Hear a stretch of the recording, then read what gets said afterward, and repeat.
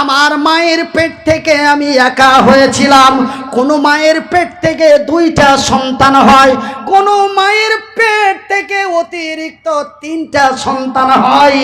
আর যদি ইতিহাস আল্লাহ তার কারিশমা দেখাতে চায় তো কোনো নারীর পেট থেকে চারটা পর্যন্ত আমরা শুনেছি, দেখি নাই, শুনেছি। কিন্তু ভাইজান, ওই জাহান্নামী নারীগুলির পেটের ভিতরে এত বাচ্চা, এত বাচ্চা, এত বাচ্চা, যেমন একটা পায়খানার ট্যাঙ্কির ঢাকনাটা যদি তুলে দেওয়া যায়, তার ট্যাঙ্কির ভিতরে অগণন পোকাগুলি যেমন কিলবিল কিলবিল কিলবিল করে, ওই নারীগুলির পেটের ভিতরে এত বাচ্চা, যেতে অগণন বাচ্চা শুধু কিলবিল কিলবিল করেছে। এত বাচ্চা তা গুনে দেওয়া সম্ভব হবে না। আর প্রত্যেক একটা একটা করে বাচ্চা ভূমিষ্ঠি হচ্ছে। বর্তমান যা যন্ত্রণা তার চাইতে 70 গুণ বেশি যন্ত্রণা। যতক্ষণ ঘন্টা তার চাইতে 70 গুণ বেশি ঘন্টা। এতটা সময় করে লাগছে। আল্লাহর নবী, দয়ার নবী, বিশ্বের নবী এই ভয়াবহ দৃশ্য দেখে জিবরাইলকে বলেন, ওগো আল্লাহর ফেরেশতা জিবরাইল, এরা কোন মহিলা? মহিলা তো মেলায় আছে, তবে এরা কোন মহিলা যে এদের পেটের ভিতরে এত বাচ্চা, আর এইভাবে তাদের একটা একটা করে বাচ্চা প্রসাব দেওয়া হচ্ছে? এরা কি এমন অন্যায় করেছিল? কেউ যদি কাউকে একটা থাপ্পড় দেয়, ওর বিচারের শাস্তি হবে আলাদা। কেউ যদি কাউকে মার্ডার করে দেয়, তবে তার শাস্তি হবে আলাদা। কেউ যদি কাউরি চুরি করে নেয়, তার শাস্তি হবে আলাদা। তো এই মেয়েগুলি এমনই কি অন্যায় করেছিল আল্লাহর জমিনে যে তাদের এই শাস্তি দেওয়া হয়েছে? এরা কোন এমন পাপিষ্টি নারী যে এদের এই শাস্তি দেওয়া হয়েছে? জিবরাইল বলেন, ইয়া রাসূলুল্লাহ, ইয়া হাবিবাল্লাহ, নবী গো, এই মহিলাগুলি হলো ওরা, এই নারীগুলি হলো ওরা যারা আল্লাহর জমিনে বেহায়া, বেপরদা, লজ্জা হয়ে, অর্ধ উলঙ্গ হয়ে আল্লাহর জমিনে চলেছে। ওই মহিলাগুলি হলো এরা। আমার ভাইরা, আমার শিক্ষিতা মা এবং বোনেরা, আমার আল্লাহ তোমারে রূপ দিয়েছে, আমার আল্লাহ তোমারে জৈবন দিয়েছে। মা গো, আমার আল্লাহ তোমারে অতি মূল্যবান বস্তু দিয়েছে।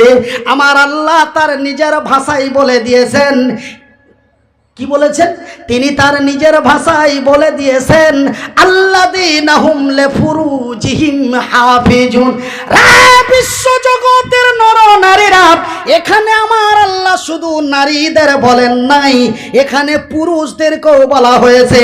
আমার আল্লাহ বলেন, রে আল্লাহ, আমার বান্দা এবং বান্দিরা, আল্লাযীনা হুম লিফুরুজিহিম হাফিজুন, রে আমার বান্দা এবং বান্দিরা, তোমরা তোমাদের সারাম গায়ের হেফাজত করো, তোমরা তোমাদের গুপ্তাঙ্গের হেফাজত করো, তোমরা তোমাদের লজ্জা স্থানের হেফাজত করো। আমি পুরুষ হয়ে গেছি, তার জন্য কি খালি হাতে স্টিল বডি, খালি গায়ে স্টিল বডি দেখিয়ে বাড়াবো নাকি? না না, আপনি বাড়ি থেকে যদি বের হন, অন্তত একটা গামছা গায়ে দিয়ে বের হবেন। আপনি জয়, আমরা এমনই কোনো ভাই বন্ধু আছি, এটা আমরা এই যে পাছার তল দিয়ে এটা মাইরে, এটা কি বলেন গো আপনার দিকে? কি বলেন? ঘুড়ি মারা, ধড়ি মারা আর দড়ি। আর আমাদের দিকে বলে নেংটি। কি বলবো গো ভাই গো, একাধ মাবুর বেটা এমন করে নেংটি মারছে, জাহান্নাম আর জান্নাত দেখা যাচ্ছে, দুই ফাঁকের মধ্যে ভরি দিচ্ছে। তুমি হাঁটুর উপরে কাপড় ওই প্রয়োজনে তুলতে পারো না। পুরুষ হয়েছে তো কি হয়েছে? পুরুষ একজন নারীকে দেখে, একজন অর্ধ উলঙ্গ নারীকে দেখে যেমন একজন পুরুষ আকৃষ্ট হয়, একজন পুরুষকে দেখে একজন নারী আকৃষ্ট হয়। তবে নারী যদি আমাকে দেখে পর্দা করে, নারীকে দেখে আমাকে পর্দা করতে হবে, কেন আমার দিকেও সে দৃষ্টিপাত করতে পারে, আমার স্টিল বডিটার দিকে সে লক্ষ্য করতে পারে। আমার ভাইরা, আমার আব্বা জানেরা, মহান আল্লাহ বলেন আল্লাযীনা হুম লিফুরুজিহিম হাফিজুন। রে বিশ্ব জগতের নর নারীরা, তোমরা তোমাদের সারাম গায়ের হেফাজত করো, তোমরা তোমাদের লজ্জা স্থানের হেফাজত করো। ভাইজান রে আমার পর্দানাসীন মায়েরা, শুনে যাও রাতের বেলা আমি মনির উদ্দিন বলি খালা, আমি মনির উদ্দিন বলি মা, বেহায়া বেপরদা লজ্জা হয়ে আল্লাহর জমিনে ভ্রমণ করো না।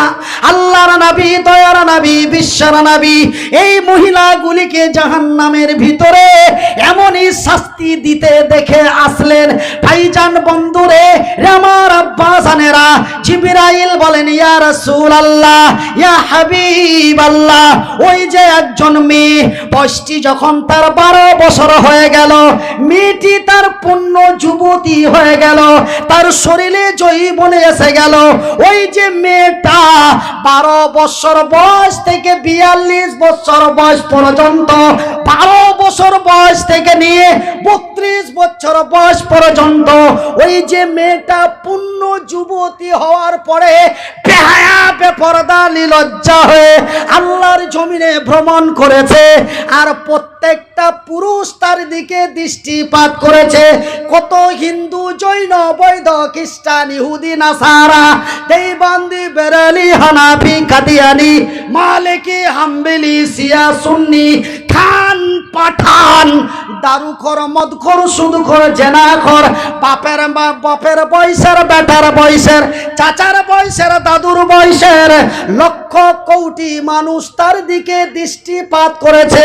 ওই যে 12 বছর বয়স থেকে নিয়ে 32 বছর বয়স পর্যন্ত ওই মেয়েটির দিকে যতজন দৃষ্টিপাত করেছে, প্রত্যেকটি দৃষ্টিতে একটা করে বাচ্চা দেওয়া হয়েছে। এটা বানানো কোনো হুজুরের লেখা বই নয় গো, বুখারীর হাদিস।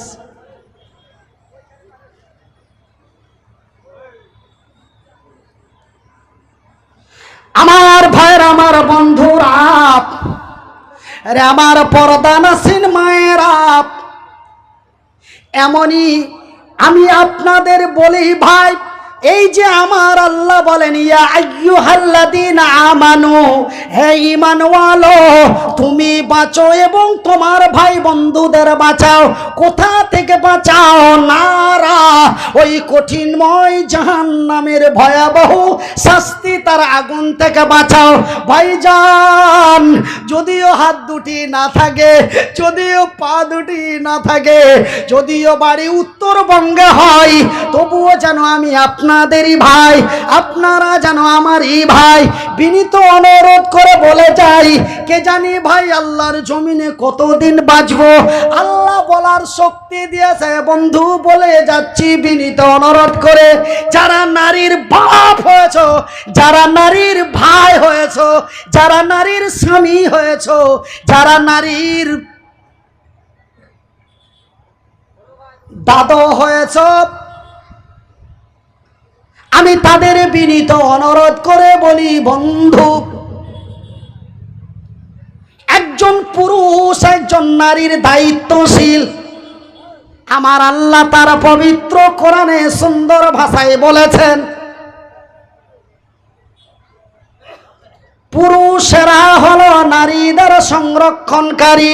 কেন না আমি আল্লাহ নারীদের চাইতে পুরুষের শক্তি বেশি দিয়েছি।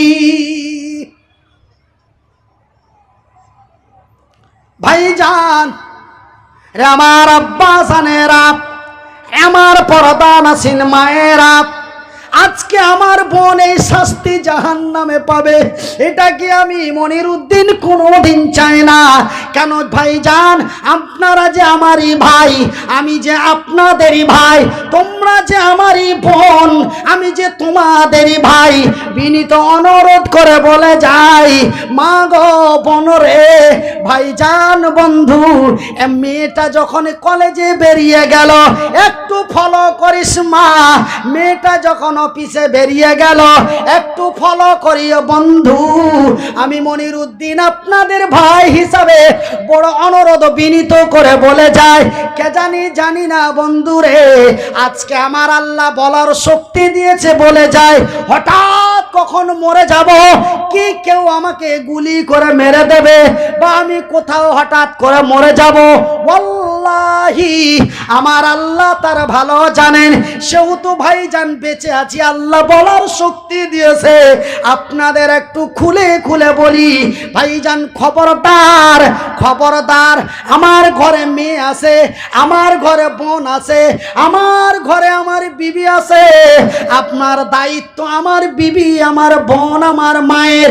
সেহেতু আমি আপনাদের বিনীত অনুরোধ করে বলি, মা গো বোন রে, তোমাদের করো জড়ো হয়ে আকুলি বিকুলি অনাই বিনাই করে বলি, মা আমার আল্লাহ সম্মান দিয়েছে, তোমরা হলে মায়ের জাত, তোমাদের পায়ের নিচে আমার জান্নাত। মা গো তোমরা অতি সম্মানিত জাত, কিন্তু মা রে, আমার আল্লাহ রূপ দিয়েছে, রূপচর্চা করো না। আমার আল্লাহ যৌবন দিয়েছে, অপচয় নষ্ট করো না।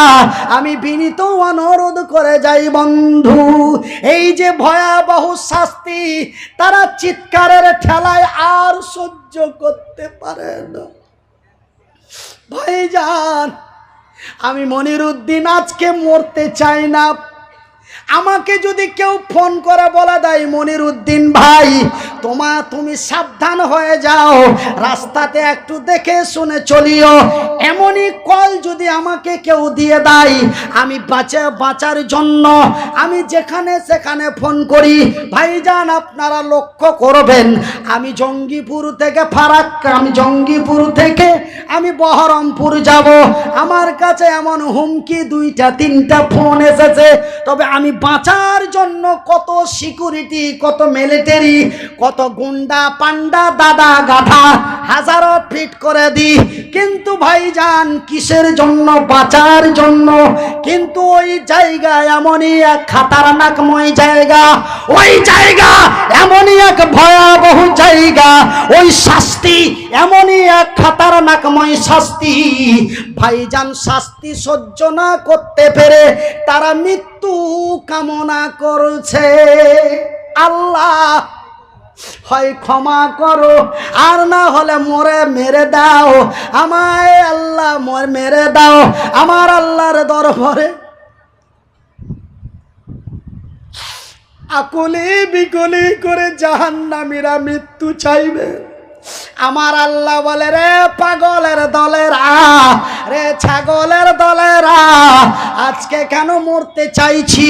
ওই যে আমি মনিরউদ্দিন আমার বান্দা, আমার মনিরউদ্দিন আমার বান্দা, দুটো হাত দেই নাই, দুটি পা দেই নাই, তিনি ইচ্ছেই মনিরউদ্দিনকে আমি বলার শক্তি দিয়েছিলাম, আল্লাহ মাহুল বায়ান, আমি তাকে বলার শক্তি দিয়েছিলাম।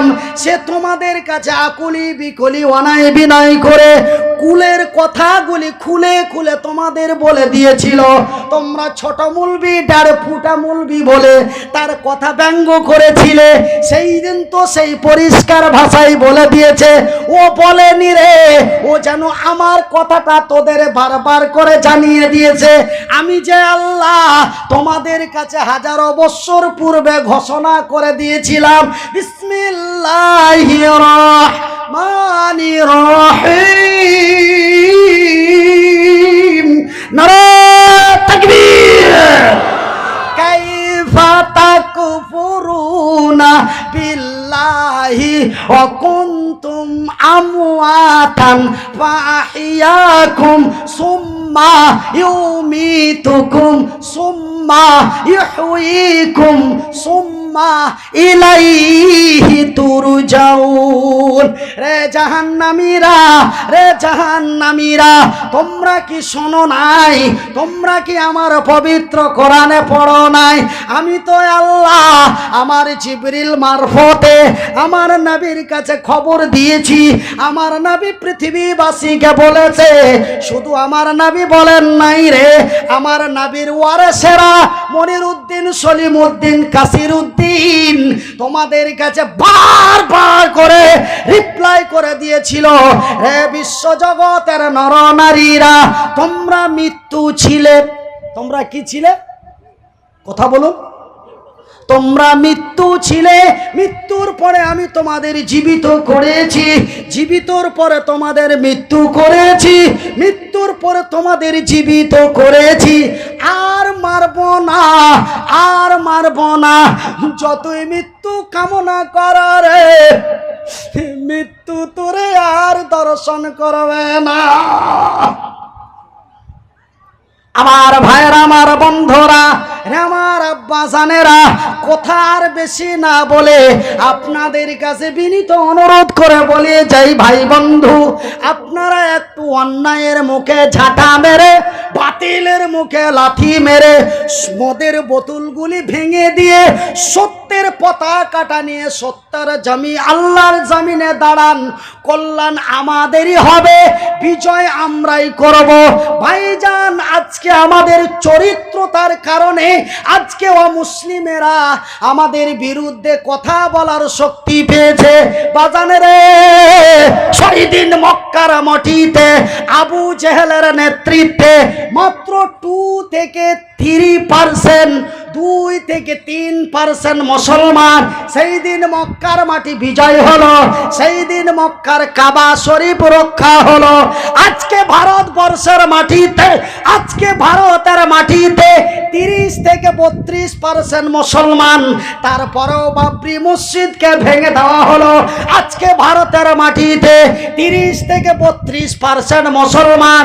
ভাইজানের বাবরি মসজিদ ভেঙে রাম মন্দির ভূমি পুজো করা হলো। আজকে আমার নবী এবং হযরতে আয়েশাকে কটূক্তি করে কথা বলল। ভাইজান, আজকে এই ভারতের মাটিতে একজন মুসলমানের বাচ্চা, নাম তার ওয়াসিম রেজভি, 26টি কোরআনের আয়াতের উপরে ভারতীয় সুপ্রিম কোর্টে মামলা দায়ের করলো। ভাইজান, আমি ঘটনাগুলি বলতে চাই না, আমার বলার উদ্দেশ্য হলো, ভাইজান, আজকে যদি আমাদের উপরে অন্যায়, অত্যাচার, অবিচার, নির্যাতন, জুলুম হয়, তবে আমাদের চরিত্রতে আমরাই আজকে আমাদের জন্য তারা কথা বলার সুযোগ পেয়েছে। ভাইজান, একজন কুলঙ্কর মুসলমান, নাম তার ওয়াসিম রেজভি, মুসলমানের কোখে জন্ম নিয়ে সেও ছিল মুসলমান, এখন নাই, ছিল, সেও ছিল মুসলমান, তার বাপ ছিল মুসলমান, তার বাপ ছিল মুসলমান, কিন্তু আজকে সেই ওয়াসিম রেজভি ভারতের মাটিতে অমুসলিম ধর্ম, সনাতন ধর্ম, যাকে আমরা বলি হিন্দু, সনাতন ধর্ম কবুল করেছে। নাম তার ওয়াসিম রেজভি। বলে কেন করলো? নবী কোরআনের বিরুদ্ধে 26টি আয়াতের উপরে কেস করে মামলা করেছিল সুপ্রিম কোর্টে। সারা পৃথিবী খেপে উঠল, সারা পৃথিবী খেপে উঠে ওয়াসিম রেজভিকে ভারতের মাটিতে জুতা চালিয়ে পিটিয়ে মারল। ভারতীয় সুপ্রিম কোর্টের আইন অনুযায়ী তার বিচারের ফাইসালা হলো, তাকে 50,000 টাকা জরিমানা করা হলো। ভাইজান বন্ধুরে, ওয়াসিম রেজভি লজ্জায় লজ্জিত হয়ে সে নিজেকে মুসলমানের খাতা থেকে নাম কাটিয়ে অমুসলিমের খাতায় নাম তুলল। ভাইজান, আজকে ব্যবহার খারাপ আমার, আজকে চরিত্র খারাপ আমাদের, আজকে আমাদের শক্তিতে তারা কথা বলার শক্তি পেয়েছে।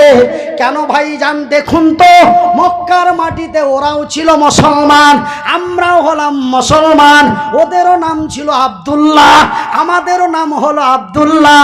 তারাও গরুর মাংস খেত, আমরাও গরুর মাংস খাই। আমি কি খুবই ভুলভাল বলছি বাবা? আমি কি উল্টো পাল্টো কথা বলছি? তবে ওরা কেন বিজয় হলো, এরা কেন পেদানি খেল? ওরাও তো ছিল সংখ্যালঘু, এরাও তো হলো সংখ্যালঘু। তবে ওরা কেন বিজয় হলো, এরা কেন পেদানি খেল? ওরা কেন বিজয় হলো, এরা কেন লাঞ্ছিত হলো? ওরা কেন বিজয় হলো, এরা কেন অপমানিত হলো? তার কারণটা বলবো বাবা, বলবো না? রাত অনেক হয়ে যাচ্ছে, পোকামাকড় মাছি মশা গরম লাগছে, ছেড়ে দেবো। পরের বক্তাকে কি এনে দেবো? জোরে বলি নারায়ে তাকবীর, নারায়ে তাকবীর, নারায়ে তাকবীর।